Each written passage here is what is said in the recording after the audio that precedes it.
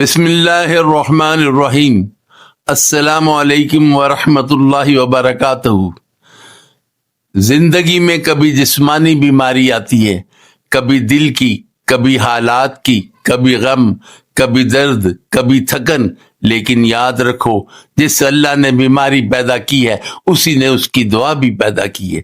سورہ بنی اسرائیل آیت 82 میں اللہ تعالیٰ فرماتا ہے وَنُنَزِّلُ مِنَ الْقُرْآنِ مَا هُوَ شِفَاءٌ وَرَحْمَةٌ لِّلْمُؤْمِنِينَ، اور ہم قرآن میں وہ چیز نازل کرتے ہیں جو ایمان والوں کے لیے شفا اور رحمت ہے، یعنی جسم کی بیماری ہو یا دل کی، قرآن شفا ہے، رحمت ہے، بس ایمان اور یقین کے ساتھ پڑھنے کی ضرورت ہے۔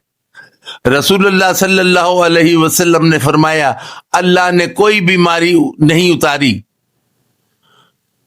اللہ نے کوئی بیماری نہیں اتاری مگر اس کی دعا بھی اتاری ہے، یعنی کوئی مرض لا علاج نہیں، بس انسان کو صحیح علاج صبر اور دعا کے ساتھ اللہ پر بھروسہ رکھنا چاہیے۔ دعا کے 3 پہلو ہیں۔ نمبر 1 ظاہری دعا جو ڈاکٹر دیتا ہے، نمبر 2 روحانی دعا جو قرآن و دعا سے ملتی ہے، نمبر 3 ایمانی دعا جو صبر اور توکل سے آتی ہے۔ اگر یہ تینوں اکٹھے ہو جائیں تو شفا یقینی ہے، کیونکہ اصل شفا اللہ کے حکم سے آتی ہے، دعا سے نہیں۔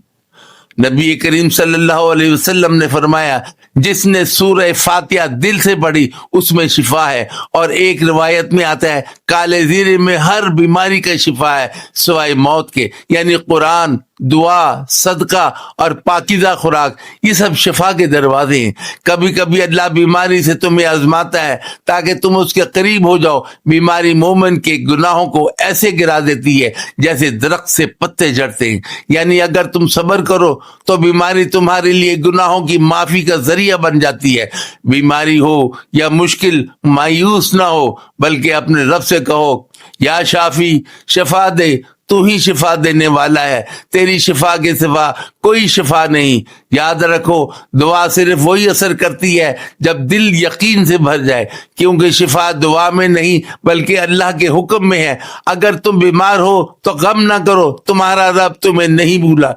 یہ بیماری تمہیں گناہوں سے پاک کر کے اللہ کے اور قریب کر رہی ہے۔ سورہ علم نشرہ آیت 6 میں اللہ تعالیٰ فرماتا ہے ان مع العسر یسرا، بے شک ہر مشکل کے ساتھ آسانی ہے۔ اللہ پاک روحانی، جسمانی، آسمانی اور ہر طرح کی بیماری سے محفوظ فرمائے، آمین۔